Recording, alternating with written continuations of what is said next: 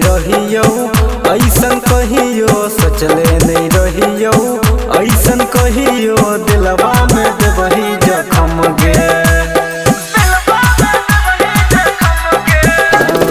सोचले नहीं रहियो ऐसन कहियो, दिलवा में देबही जखम गे।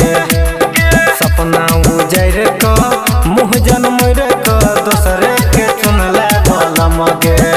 तीर मारै छै गे हमरा सीना में गे, छोड़ क गे जान चल जेबही तू यही महीना में गे। छोड़ क गे जान चल जेबही तू यही महीना में गे।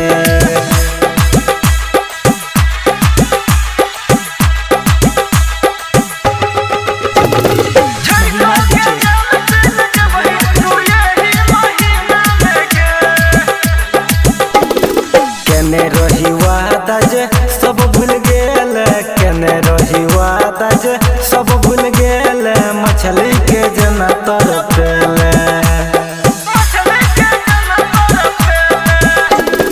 केने रही वादा जे सब भूल गेल, मछली के जना तरपेले। राइटर गोविंद संजीत सहनी के पागल तू ही बनेले।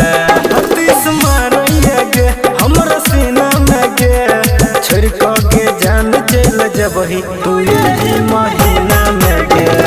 छोड़ क गे जान चल जेबही